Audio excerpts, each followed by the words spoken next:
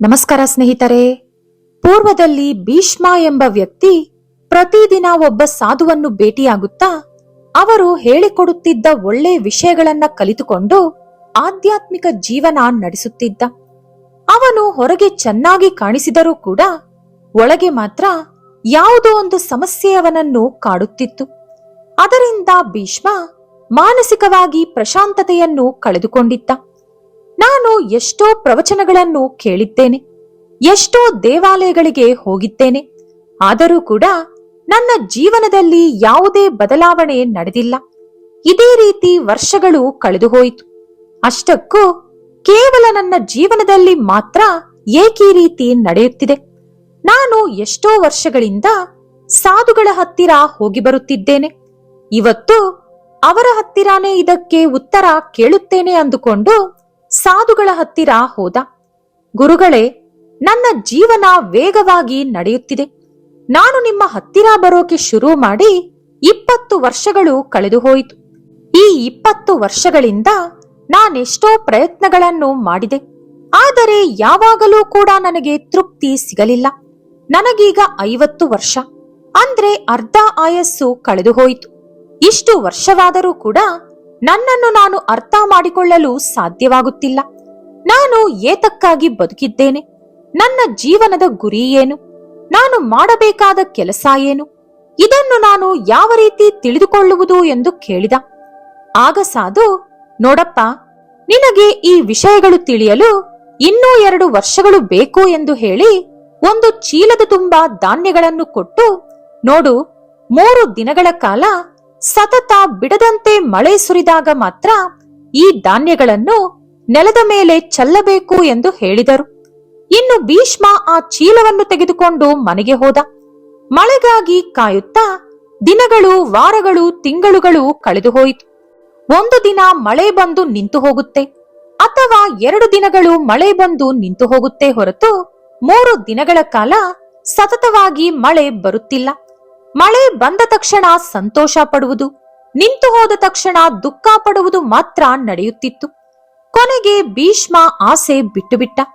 ಆದರೆ ಒಂದು ಸಲ ಅಕಸ್ಮಾತಾಗಿ ಸತತ 3 ದಿನಗಳ ಕಾಲ ಮಳೆ ಸುರಿಯಿತು. ಭೀಷ್ಮ ತುಂಬಾ ಸಂತೋಷದಿಂದ ಸಾಧುಗಳು ಕೊಟ್ಟಂತ ಧಾನ್ಯಗಳನ್ನ ಅವನ ಹೊಲದಲ್ಲಿ ಚೆಲ್ಲಿದ. 2 ತಿಂಗಳಲ್ಲೇ ಮೊಳಕೆ ಬಂತು. ಪುಟ್ಟ ಪುಟ್ಟದಾಗಿ ಗಿಡಗಳು ಬೆಳೆಯುತ್ತಿತ್ತು. ಆದರೆ ಅದು ಯಾವ ಗಿಡಗಳು ಎಂಬುದು ಮಾತ್ರ ಭೀಷ್ಮನಿಗೆ ಗೊತ್ತಾಗಲಿಲ್ಲ. ನೋಡುತ್ತಿದ್ದಂತೆ ಆ ಗಿಡಗಳಲ್ಲಿ ಹೂವುಗಳು ಕೂಡ ಹುಟ್ಟಿದವು. ಆ ಹೂವುಗಳು ನೋಡಲು ತುಂಬಾನೇ ಸುಂದರವಾಗಿದ್ದ ಕಾರಣ ಆ ಊರಿನವರೆಲ್ಲ ಬಂದು ಆ ಹೂವುಗಳನ್ನು ನೋಡಿ ಭೀಷ್ಮನನ್ನು ಹೊಗಳಿ ಹೋಗುತ್ತಿದ್ದರು. ತುಂಬಾ ದೂರದವರೆಗೂ ಆ ಹೂವುಗಳ ಸುವಾಸನೆ ಹರಡಿತ್ತು. ಆ ಹೂವುಗಳನ್ನು ಅದುವರೆಗೂ ಯಾರೂ ಕೂಡ ನೋಡಿರಲಿಲ್ಲ. ಆ ಊರಿನವರೆಲ್ಲ ದುಡ್ಡು ಕೊಟ್ಟು ಹೂವುಗಳನ್ನು ಕೊಂಡುಕೊಂಡು ಹೋಗುತ್ತಿದ್ದರು. ಇದನ್ನೆಲ್ಲ ನೋಡಿ ಭೀಷ್ಮ ತುಂಬಾನೇ ಸಂತೋಷಿಸಿದ. ಗುರುಗಳ ಹತ್ತಿರ ಅವನ ಸಂತೋಷವನ್ನು ಹಂಚಿಕೊಳ್ಳಬೇಕು ಅಂದುಕೊಂಡ. ಆದರೆ ಗುರುಗಳು ಮೊದಲೇ ಹೇಳಿದ್ದರು, 1 ವರ್ಷದ ನಂತರ ಮಾತ್ರವೇ ನನ್ನನ್ನು ಭೇಟಿಯಾಗು ಎಂದು. ಹಾಗಾಗಿ ವರ್ಷ ಯಾವಾಗ ಮುಗಿಯುತ್ತದೆ ಎಂದು ಕಾಯುತ್ತಿದ್ದ. ಭೀಷ್ಮ ಹೂವುಗಳನ್ನು ಮಾರಿ ತುಂಬಾನೇ ಹಣ ಸಂಪಾದನೆ ಮಾಡಿದ. ದೊಡ್ಡ ಮನೆ ಕಟ್ಟಿಕೊಂಡ. ಅವನ ಸಂಬಂಧಿಕರನ್ನೆಲ್ಲ ಅವನ ಮನೆಯಲ್ಲೇ ಇಟ್ಟುಕೊಂಡ. ಎಲ್ಲರೂ ಕೂಡ ಅವನಿಗೆ ತುಂಬಾ ಗೌರವ ಮರ್ಯಾದೆ ಕೊಡುತ್ತಿದ್ದರು. ದಿನಗಳು ಕಳೆಯಿತು. ಬೇಸಿಗೆ ಕಾಲ ಶುರುವಾಯಿತು. ಆ ಬಿಸಿಲಿಗೆ ಹೂವುಗಳು ಬಾಡಿ ಹೋಗುತ್ತಿತ್ತು. ಕೆಲವೇ ದಿನಗಳಲ್ಲಿ ಅವನ ಹೂವಿನ ತೋಟವೆಲ್ಲ ಕೂಡ ಒಣಗಿ ಹೋಯಿತು. ಇನ್ನು ಜನ ಅಲ್ಲಿಗೆ ಬರುವುದು ಕೂಡ ನಿಂತು ಹೋಯಿತು. ಗುರುಗಳನ್ನು ಭೇಟಿಯಾಗುವ ಸಮಯ ಕೂಡ ಬಂದಾಯಿತು. ಕೂಡಲೇ ಗುರುಗಳ ಹತ್ತಿರ ಹೋದ. ಅವನನ್ನು ನೋಡಿದ ಗುರುಗಳು, ಭೀಷ್ಮ, ನನಗೆಲ್ಲವೂ ಗೊತ್ತು. ನೀನು ನನಗೆ ಏನೂ ಹೇಳುವ ಅಗತ್ಯ ಇಲ್ಲ ಎಂದು ಹೇಳಿ ಇನ್ನೊಂದು ಚೀಲದ ತುಂಬಾ ಧಾನ್ಯಗಳನ್ನು ಕೊಟ್ಟು, ಇದನ್ನು ಕೂಡ 3 ದಿನಗಳ ಕಾಲ ಸತತವಾಗಿ ಮಳೆ ಯಾವಾಗ ಬರುತ್ತದೋ ಆಗ ನಿನ್ನ ತೋಟದಲ್ಲಿ ಚೆಲ್ಲು ಎಂದು ಹೇಳಿ ಕಳಿಸಿದರು. ಭೀಷ್ಮ ಎಷ್ಟೋ ವಿಷಯಗಳನ್ನು ಗುರುಗಳ ಹತ್ತಿರ ಹಂಚಿಕೊಳ್ಳಬೇಕು ಅಂದುಕೊಂಡ. ಆದರೆ ಗುರುಗಳು ಮಾತ್ರ ಏನೂ ಕೇಳದೆ ಇನ್ನೊಂದು ಚೀಲ ಕೊಟ್ಟು ಕಳಿಸಿದರು. ಸ್ವಲ್ಪ ನಿರಾಸೆಯಾದರೂ ಕೂಡ ಇನ್ನೊಂದು ಚೀಲದ ತುಂಬಾ ಧಾನ್ಯಗಳು ಸಿಕ್ಕ ಕಾರಣ ತುಂಬಾ ಖುಷಿ ಕೂಡ ಆಯಿತು. ಮತ್ತೆ ಹೂವುಗಳು ಬಿಡುತ್ತದೆ, ಮತ್ತೆ ನಾನು ಹಣ ಸಂಪಾದಿಸಬಹುದು, ಹೊಗಳಿಕೆ ಬರುತ್ತದೆ ಅಂದುಕೊಂಡು ಮಳೆಗಾಗಿ ಕಾಯಲು ಶುರು ಮಾಡಿದ. ಕೆಲ ದಿನಗಳ ನಂತರ ಮತ್ತೆ ಸತತವಾಗಿ 3 ದಿನಗಳ ಕಾಲ ಮಳೆ ಸುರಿಯಿತು.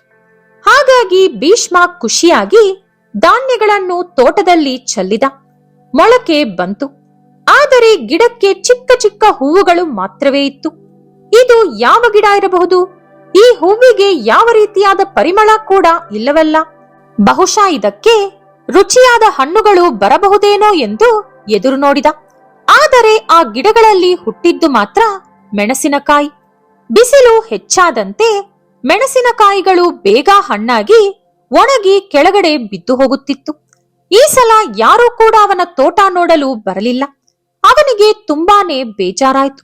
ಕೆಲ ದಿನಗಳಿಗೆ ಆ ಗಿಡಗಳಲ್ಲಿರೋ ಎಲ್ಲಾ ಮೆಣಸಿನಕಾಯಿಗಳು ಕೂಡ ಕೆಳಗೆ ಬಿದ್ದು ಹೋಯಿತು. ಈ ಸಲ ಗಾಳಿಯಲ್ಲಿ ಪರಿಮಳ ಅಲ್ಲದೆ ಉರಿ ಕಾಣಿಸುತ್ತಿತ್ತು. ಆ ಉರಿ ಗಾಳಿಯಿಂದ ಆ ಊರಿನವರಾರೂ ಕೂಡ ಆ ತೋಟದ ಸುತ್ತಮುತ್ತ ಬರುತ್ತಿರಲಿಲ್ಲ. ಊರಿನವರೆಲ್ಲ ಅವನನ್ನು ಬೈಯಲು ಶುರು ಮಾಡಿದರು.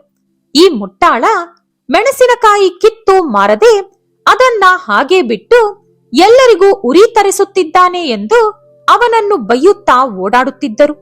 ಯಾರೊಬ್ಬರೂ ಕೂಡ ಅವನೊಂದಿಗೆ ಮಾತನಾಡುತ್ತಿಲ್ಲ. ಅವನ ತಲೆಯಲ್ಲಿ ಎಷ್ಟೋ ಪ್ರಶ್ನೆಗಳು ಕಾಡುತ್ತಿತ್ತು. ಆದರೆ ಗುರುಗಳು 1 ವರ್ಷದ ನಂತರ ಮಾತ್ರವೇ ಭೇಟಿಯಾಗುವಂತೆ ಹೇಳಿದ್ದರು. ದಿನಗಳು ಕಷ್ಟಕರವಾಗಿ ಸಾಗಿತು. ಕೊನೆಗೆ ಗುರುಗಳನ್ನು ಭೇಟಿಯಾಗುವ ಸಮಯ ಬಂದುಬಿಟ್ಟಿತು. ಭೀಷ್ಮ ಗುರುಗಳ ಹತ್ತಿರ ಹೋದ. ಆಗ ಗುರುಗಳು, ಭೀಷ್ಮ, ಈಗಲೂ ಕೂಡ ನನಗೆ ಎಲ್ಲವೂ ಅರ್ಥವಾಯಿತು. ನೀನು ಏನೂ ಹೇಳುವ ಅಗತ್ಯ ಇಲ್ಲ. ಈಗ ನಾನು ಹೇಳುವ ವಿಷಯವನ್ನು ಚೆನ್ನಾಗಿ ಕೇಳಿಸಿಕೊ. ನಾನು ನಿನಗೆ 2 ಚೀಲಗಳನ್ನು ಕೊಟ್ಟೆ. ಒಂದು ಚೀಲದಲ್ಲಿ ಸುಂದರವಾದ ಹೂವಿನ ಬೀಜಗಳಿತ್ತು, ಇನ್ನೊಂದು ಚೀಲದಲ್ಲಿ ಮೆಣಸಿನಕಾಯಿ ಬೀಜಗಳಿತ್ತು. ನಿನಗೆ ಈ 2 ಸನ್ನಿವೇಶಗಳಿಂದ ಏನಾದರೂ ಅರ್ಥವಾಯಿತಾ? ನೀನು ಹುಟ್ಟುವ ವಿಷಯ ನಿನಗೆ ಮುಂಚೆಯೇ ತಿಳಿದಿತ್ತ? ನೀನು ಯಾರು, ಎಲ್ಲಿಂದ ಬಂದೆ ಎಂಬುದು ನಿನಗೆ ಗೊತ್ತಾ? ನೀನು ಯಾವ ರೀತಿ ಜನಿಸಿದೆಯೋ ಗೊತ್ತಾ ಎಂದು ಕೇಳಿದರು. ಇಲ್ಲ ಗುರುಗಳೇ, ನಿಮ್ಮ ಯಾವ ಪ್ರಶ್ನೆಗೂ ಉತ್ತರ ನನಗೆ ಗೊತ್ತಿಲ್ಲ. ನನಗೆ ತಿಳುವಳಿಕೆ ಬಂದ ಮೇಲೆ ಎಲ್ಲರೂ ಕೂಡ ಈಕೆಯೇ ನಿನ್ನ ತಾಯಿ, ಇವಳೇ ನಿನಗೆ ಜನ್ಮ ಕೊಟ್ಟಿದ್ದು ಎಂದು ಹೇಳಿದರು. ಆಗ ನನಗೆ ಜನ್ಮ ಕೊಟ್ಟ ತಾಯಿ ಯಾರೆಂದು ನನಗೆ ಗೊತ್ತಾಯ್ತು. ಆದ್ರೆ ನಾನು ಯಾವ ರೀತಿ ಜನಿಸಿದೆ ಅಂತ ಮಾತ್ರ ನನಗೆ ಗೊತ್ತಿಲ್ಲ ಅಂದ ಭೀಷ್ಮ. ಆಗ ಗುರುಗಳು, ಕುಮಾರ, ನೀನು ಯಾವ ರೀತಿ ಹುಟ್ಟಿದೆ ಎಂದು ನಿನಗೆ ಗೊತ್ತಿಲ್ಲ. ಯಾರೂ ಹೇಳದೇ ಇದ್ದಿದ್ದರೆ ನಿನಗೆ ಜನ್ಮ ಕೊಟ್ಟ ತಾಯಿ ಯಾರು ಎಂದು ಕೂಡ ನಿನಗೆ ಗೊತ್ತಾಗುತ್ತಿರಲಿಲ್ಲ. ಸರಿ, ಒಂದು ಮಾತು ಹೇಳು. ನೀನು ಹುಟ್ಟುವಾಗ ನಿನ್ನ ಬಂಧುಗಳನ್ನಾಗಲಿ ಅಥವಾ ಬೇರೆ ಏನನ್ನಾದರೂ ತಂದೆಯಾ ಎಂದು ಕೇಳಿದರು. ಇಲ್ಲ ಗುರುಗಳೇ ಅಂದ ಭೀಷ್ಮ. ಕುಮಾರ, ನೀನು ಇಷ್ಟೊಂದು ವಿದ್ಯೆ ಕಲಿತಿರುವೆ, ಇಷ್ಟೊಂದು ಹಣ ಸಂಪಾದನೆ ಮಾಡಿರುವೆ, ಊರಲ್ಲಿ ಒಳ್ಳೆ ಹೆಸರು ಕೂಡ ಗಳಿಸಿರುವೆ. ಈಗ ನಿನಗೊಂದು ಕುಟುಂಬವಿದೆ, ಹೆಂಡತಿ ಇದ್ದಾಳೆ, ಮಕ್ಕಳಿದ್ದಾರೆ. ಇವರಲ್ಲಿ ಯಾರಾದರೂ ಒಬ್ಬರು ನೀನು ಹುಟ್ಟುವಾಗ ನಿನ್ನ ಜೊತೆ ಬಂದರ? ನೀನು ಹುಟ್ಟಿದಾಗ ನಿನ್ನ ಜೊತೆ ಹಣವನ್ನು ತಂದೆಯಾ ಅಂದರು ಗುರುಗಳು. ಇಲ್ಲ ಗುರುಗಳೇ ಅಂದ ಭೀಷ್ಮ. ಕುಮಾರ, ಚಿಕ್ಕವನಿದ್ದಾಗ ಭವಿಷ್ಯತ್ತಿನ ಬಗ್ಗೆ ಏನಾದರೂ ಆಲೋಚನೆ ನಿನಗಿತ್ತಾ ಎಂದರು ಗುರುಗಳು. ಇಲ್ಲ ಗುರುಗಳೇ, ನನಗೆ ಬೇಕಾದ ಬಟ್ಟೆ, ಆಟದ ವಸ್ತು ಅಥವಾ ತಿಂಡಿ ತಿನಿಸು ಕೇಳಿದ ತಕ್ಷಣ ನನ್ನ ತಂದೆ ತಾಯಿ ತಂದುಕೊಡುತ್ತಿದ್ದರು. ಹಾಗಾಗಿ ನನಗೆ ಯಾವ ಚಿಂತೆಯೂ ಇರಲಿಲ್ಲ ಅಂದ ಭೀಷ್ಮ. ಕುಮಾರ, ಆ ವಯಸ್ಸಿನಲ್ಲಿ ನಿನಗೆ ನಾಳೆ ಊಟ ಸಿಗುತ್ತೋ ಇಲ್ಲವೋ ಅನ್ನೋ ಚಿಂತೆ ಇರಲಿಲ್ಲ. ಆದರೂ ಕೂಡ ನಿನಗೆ ಪ್ರತಿದಿನ ಊಟ ಸಿಗುತ್ತಿತ್ತು. ನೀನು ಯಾರು ಎಂದು ನಿನಗೆ ಗೊತ್ತಿಲ್ಲ, ಎಲ್ಲಿಂದ ಬಂದೆ ಎಂದು ನಿನಗೆ ಗೊತ್ತಿಲ್ಲ, ಭೂಮಿಯ ಮೇಲೆ ಬರಲು ಕಾರಣ ಏನೆಂದು ಕೂಡ ನಿನಗೆ ಗೊತ್ತಿಲ್ಲ. ಆದರೂ ಸಹ ನೀನು ಬೇಡಿದ ಎಲ್ಲಾ ಕೋರಿಕೆಗಳು ಈಡೇರುತ್ತಿತ್ತು. ಕೇಳುವುದಕ್ಕೂ ಮುಂಚೆಯೇ ಊಟ ಸಿಗುತ್ತಿತ್ತು, ಪ್ರೀತಿ ಸಿಗುತ್ತಿತ್ತು. ಪ್ರತಿ ಮನುಷ್ಯ ಕೂಡ ಅವನಿಗೆ ಸಿಗುವ ಪ್ರತಿಯೊಂದು ವಸ್ತು, ಪ್ರೀತಿ, ಊಟ, ಹಣ, ಸಂಪತ್ತು ಎಲ್ಲವೂ ಕೂಡ ಅವನ ಕಷ್ಟಾರ್ಜಿತ ಎಂದು ಭಾವಿಸುತ್ತಾನೆ. ಗುರುಗಳೇ, ನಾನಿಲ್ಲಿ ಬರುವುದಕ್ಕೆ ಶುರು ಮಾಡಿ 20 ವರ್ಷಗಳು ಕಳೆದು ಹೋಯಿತು ಎಂದು ಹೇಳಿದೆ. ನಿನಗೆ ಏನು ಗೊತ್ತಾಗಬೇಕು? ನೀನು ನೀನೇನಾ? ನೀನು ಭೂಮಿಯ ಮೇಲೆ ಮಾಡುತ್ತಿರುವುದು ಏನೂ ಇಲ್ಲ. ನೀನು ಯಾರೆಂದು ಒಂದು ಸಲ ಯೋಚಿಸು. ಈಗ ನಿನ್ನನ್ನು ಭೀಷ್ಮ ಎಂದು ಕರೆಯುತ್ತಿದ್ದಾರೆ. ಆ ಹೆಸರು ನಿನ್ನದೇನಾ? ಆ ಹೆಸರು ನಿನ್ನದೇ ಎಂದು ನಿನಗೆ ಯಾವ ರೀತಿ ಗೊತ್ತಾಯಿತು ಎಂದು ಕೇಳಿದರು ಗುರುಗಳು. ಚಿಕ್ಕಂದಿನಲ್ಲಿ ನನಗೆ ನನ್ನ ತಂದೆ ತಾಯಿ ನಾಮಕರಣ ಮಾಡಿ ಈ ಹೆಸರನ್ನು ಇಟ್ಟರು. ಅಂದಿನಿಂದ ಎಲ್ಲರೂ ಕೂಡ ಇದೇ ಹೆಸರಿನಿಂದ ನನ್ನನ್ನು ಕರೆಯುತ್ತಿದ್ದಾರೆ. ಹಾಗಾಗಿ ಯಾರಾದರೂ ಈ ಹೆಸರನ್ನು ಕರೆದರೆ ಅವರು ನನ್ನನ್ನೇ ಕರೆಯುತ್ತಿದ್ದಾರೆ ಎಂದು ನಾನು ತಿರುಗಿ ನೋಡುತ್ತೇನೆ ಅಂದ ಭೀಷ್ಮ. ಆಗ ಗುರುಗಳು, ಕುಮಾರ, ಇವರೇ ನನ್ನ ತಂದೆ ತಾಯಿ ಆಗಬೇಕು ಎಂದು ನೀನು ಹುಟ್ಟುವುದಕ್ಕೂ ಮುಂಚೆಯೇ ದೇವರನ್ನು ಬೇಡಿಕೊಂಡೆಯಾ ಎಂದು ಕೇಳಿದರು. ಇಲ್ಲ ಗುರುಗಳೇ, ನಾನವರನ್ನು ನನ್ನ ತಂದೆ ತಾಯಿಯಂತೆ ಆರಿಸಿಕೊಂಡಿಲ್ಲ ಅಂದ ಭೀಷ್ಮ. ಆಗ ಗುರುಗಳು, ಕುಮಾರ, ನಿನಗೆ ಧಾನ್ಯಗಳನ್ನು ನಾನು ಕೊಟ್ಟೆ. 3 ದಿನಗಳ ಕಾಲ ಸತತವಾಗಿ ಮಳೆ ಸುರಿದಾಗ ಅದನ್ನು ನೆಲದ ಮೇಲೆ ಚೆಲ್ಲುವಂತೆ ಹೇಳಿದೆ. ಹಾಗಾದರೆ ಆ ಮಳೆಯನ್ನು ನೀನೇ ಸುರಿಸಿದೆಯಾ? ನೀನು ನೆಲದ ಮೇಲೆ ಚೆಲ್ಲಿದ ಧಾನ್ಯಗಳು ಭೂಮಿಯೊಳಗೆ ಯಾವ ರೀತಿ ಒಡೆಯಿತು ಎಂದು ನೀನು ನೋಡಿದೆಯಾ? ಅದು ಭೂಮಿಯ ಒಳಗಿಂದ ಯಾವ ರೀತಿ ಹೊರಗೆ ಬಂತು ಎಂದು ನೀನು ನೋಡಿದೆಯಾ? ನೀನು ಆ ಬೀಜಗಳಿಗೆ ಪ್ರಾಣ ಕೊಟ್ಟೆಯಾ? ನೀನು ಏನೂ ಕೂಡ ಮಾಡಿಲ್ಲ. ಆದರೂ ಇದೆಲ್ಲವೂ ನಾನೇ ಮಾಡಿದೆ. ಎಲ್ಲವೂ ನನ್ನಿಂದಲೇ ನಡೆದಿದೆ. ಇದೆಲ್ಲವೂ ನನ್ನದೇ. ಈಕೆ ನನ್ನ ತಾಯಿ, ಇವಳು ನನ್ನ ಹೆಂಡತಿ, ಇವರು ನನ್ನ ಮಕ್ಕಳು, ಇವರು ನನ್ನ ಬಂಧುಗಳು. ನಾನು ಇಷ್ಟೊಂದು ಹಣ ಸಂಪಾದನೆ ಮಾಡಿದ್ದೇನೆ.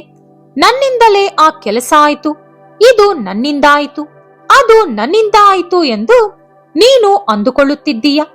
ಆದರೆ ನಿಜಕ್ಕೆ ನಿನ್ನಿಂದ ಏನೂ ಕೂಡ ಆಗಲಿಲ್ಲ. ನೀನು ಏನನ್ನೂ ಮಾಡಲಿಲ್ಲ.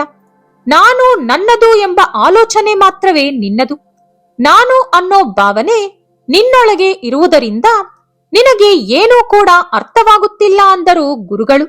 ಆಗ ಭೀಷ್ಮ, ನಿಜ ಗುರುಗಳೇ, ಈ ನಾನು ಅನ್ನೋ ಭಾವನೆಯನ್ನು ನಾನೇ ಸೃಷ್ಟಿಸಿಕೊಂಡೆ. ಇದು ನನ್ನ ದೇಹ, ಇವಳು ನನ್ನ ತಾಯಿ, ಇವಳು ನನ್ನ ಹೆಂಡತಿ, ಇವರು ನನ್ನ ಮಕ್ಕಳು, ಇದು ನನ್ನ ಮನೆ, ಇದು ನನ್ನ ಜಾಗ, ಇದು ನನ್ನ ಹಣ, ಇದು ನನ್ನ ಆಸ್ತಿ, ಇದೆಲ್ಲವೂ ನನ್ನದೇ ಎಂಬ ಭಾವನೆಯಲ್ಲಿ ಬದುಕಿದೆ. ನಿಜಕ್ಕೆ ನಾನು ಯಾರೆಂದು ನನಗೆ ಗೊತ್ತಿಲ್ಲ.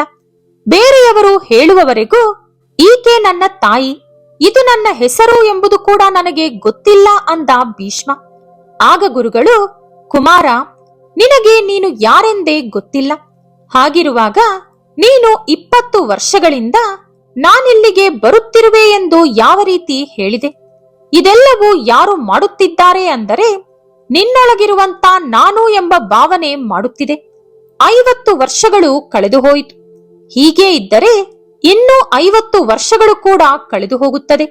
ಆದರೆ ನಿನ್ನೊಳಗಿರುವ ನಾನು ನನ್ನದು ಎಂಬ ಭಾವನೆ ಮಾತ್ರ ಹೋಗುವುದಿಲ್ಲ. ನೀನು ಬೀಜಗಳು ಚೆಲ್ಲಿದಾಗ ಹುಟ್ಟಿದ ಗಿಡಗಳು ನಿನ್ನದೇನ? ಆ ಧಾನ್ಯಗಳು ನಿನ್ನದ? ಅವುಗಳಿಗೆ ಬಿಸಿಲು ನೀನೇ ಕೊಟ್ಟೆಯ? ಅವುಗಳಿಗಾಗಿ ಮಳೆ ನೀನೇ ಸುರಿಸಿದೆಯಾ? ಇಲ್ಲ ತಾನೇ? ನೀನು ಏನನ್ನೂ ಕೂಡ ಮಾಡಲಿಲ್ಲ. ನೀನು ತೃಣ ಮಾತ್ರವಷ್ಟೇ. ನೀನು ಮಾಡಬೇಕಾಗಿರುವುದು ಒಂದೇ ಒಂದು. ನಿನ್ನನ್ನು ನಾನು ನನ್ನದು ಎಂಬ ಹಗ್ಗ ಬಂಧಿಸಿದೆ. ನೀನು ಅದರಿಂದ ವಿಮುಕ್ತಿ ಹೊಂದಬೇಕು. ಈ ಸೃಷ್ಟಿಯಲ್ಲಿ ಏನನ್ನು ನೀನು ಮಾಡಲು ಆಗುವುದಿಲ್ಲ. ಎಲ್ಲವೂ ತಾನಾಗೆ ನಡೆದು ಹೋಗುತ್ತದೆ. ನೀನು ಯಾವುದಕ್ಕೂ ಕೊರಗುವ ಅಗತ್ಯವಿಲ್ಲ. ಸ್ವತಂತ್ರವಾಗಿ ಬದುಕುವುದನ್ನು ಕಲಿತುಕೋ. ಕೆಲಸಕ್ಕೆ ಬಾರದ ವಿಷಯಗಳ ಬಗ್ಗೆ ಯೋಚಿಸುತ್ತಾ ನಿನ್ನ ಮನಸ್ಸನ್ನು, ಸಮಯವನ್ನು ವ್ಯರ್ಥಗೊಳಿಸಬೇಡ. ಏನೇ ನಡೆದರೂ ಎಲ್ಲವೂ ನನ್ನ ಒಳ್ಳೆಯದಕ್ಕೆ ಅಂದುಕೊಂಡು ಮುಂದೆ ಹೋಗು. ನಾನು ನನ್ನದು ಎಂಬ ಭಾವನೆಯನ್ನು ಮನಸ್ಸಿನಿಂದ ತೆಗೆದುಹಾಕು ಅಂದರು ಗುರುಗಳು. ಭೀಷ್ಮ ಗುರುಗಳಿಗೆ ನಮಸ್ಕರಿಸಿ ಅಲ್ಲಿಂದ ಹೊರಟು ಹೋದ. ನೋಡಿದ್ರಲ್ಲ ಸ್ನೇಹಿತರೆ, ನಾವು ಕೂಡ ನಮ್ಮ ಜೀವನದಲ್ಲಿ ಇದನ್ನೇ ಮಾಡುತ್ತಿದ್ದೇವೆ. ಕೆಲಸಕ್ಕೆ ಬಾರದ ವಿಷಯಗಳ ಬಗ್ಗೆ ಅತಿಯಾಗಿ ಯೋಚಿಸುತ್ತಿದ್ದೇವೆ. ಅತಿ ಹೆಚ್ಚು ಬೆಲೆ ಬಾಳುವಂತ ನಮ್ಮ ಶಕ್ತಿಯನ್ನು, ಸಮಯವನ್ನು ನಾವೇ ಕೈಯಾರೆ ಹಾಳು ಮಾಡುತ್ತಿದ್ದೇವೆ. ನಾವು ಕೇವಲ ತೃಣ ಮಾತ್ರವಷ್ಟೇ. ಈ ಸೃಷ್ಟಿಯಲ್ಲಿ ಎಲ್ಲವೂ ತಾನಾಗೆ ನಡೆಯುತ್ತದೆ. ಯಾವುದು ಶಾಶ್ವತವಲ್ಲ. ಏನನ್ನೂ ನಾವು ಮಾಡುತ್ತಿಲ್ಲ. ಯಾವುದು ನಮ್ಮಿಂದ ನಡೆಯುತ್ತಿಲ್ಲ. ನಮ್ಮನ್ನು ಸೃಷ್ಟಿಸಿದಂತ ಆ ಪರಮಾತ್ಮನಿಗೆ ತಿಳಿಯದೆ ನಮಗೆ ಯಾವಾಗ ಏನನ್ನು ಕೊಡಬೇಕು ಎಂದು. ಆದ್ದರಿಂದ ಅತಿಯಾಗಿ ಯೋಚಿಸುವುದು ಈಗಲೇ ನಿಲ್ಲಿಸಿ. ಈ ಕ್ಷಣದ ಬಗ್ಗೆ ಮಾತ್ರ ಯೋಚಿಸುವುದು ಕಲಿತುಕೊಳ್ಳಿ. ಈ ವಿಡಿಯೋ ನಿಮಗೆ ಇಷ್ಟ ಆದ್ರೆ ಲೈಕ್ ಮಾಡಿ, ಶೇರ್ ಮಾಡಿ. ಇಂಥ ಹೆಚ್ಚಿನ ಉತ್ತಮ ಮಾಹಿತಿಗಳಿಗಾಗಿ ತಪ್ಪದೇ ನಮ್ಮ ಚಾನೆಲ್ ಅನ್ನು ಸಬ್ಸ್ಕ್ರೈಬ್ ಮಾಡ್ಕೊಳ್ಳಿ. ನಾಳೆ ಮತ್ತೊಂದು ವಿಡಿಯೋದೊಂದಿಗೆ ಪುನಃ ಭೇಟಿಯಾಗೋಣ. ಧನ್ಯವಾದಗಳು.